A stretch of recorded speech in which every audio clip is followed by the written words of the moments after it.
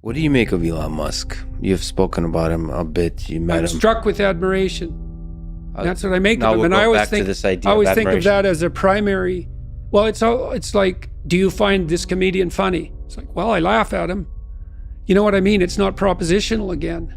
And so there are things I would like to ask Mr. Musk about. The Mars venture, I don't know what he's up to there. It strikes me as absurd in the most fundamental sense, because I think, well, it'd be easier just to build an outpost in the Antarctica or in the desert. Well, how much of the human endeavor is absurd? Well, that's, what did Nietzsche say? Great men are seldom credited with their stupidity.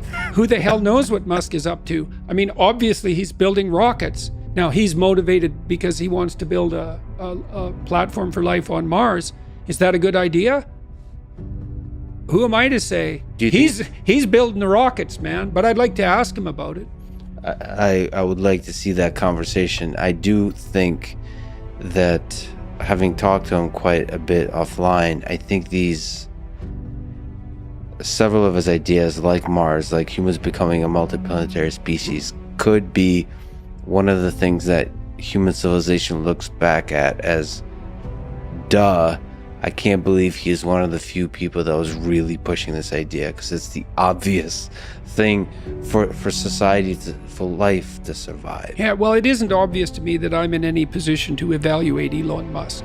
Like, I would like to talk to him and find out what he's up to and why, but I mean, he's an impossible person. What he's done is impossible. All of it. It's like he built an electric car that works. Now, does it work completely, and will it replace gas cars, or should it? I don't know. But if we're going to build electric cars, he seems to be the best at that by a lot. And he more or less did that. People carp about him, but he more or less did that by himself. I know he's very good at distributing responsibility and all of that, but he's the spearhead. And then that was pretty hard. And then he built a rocket at like 1/10 the price of NASA rockets. And then he shot his car out into space. That's pretty hard.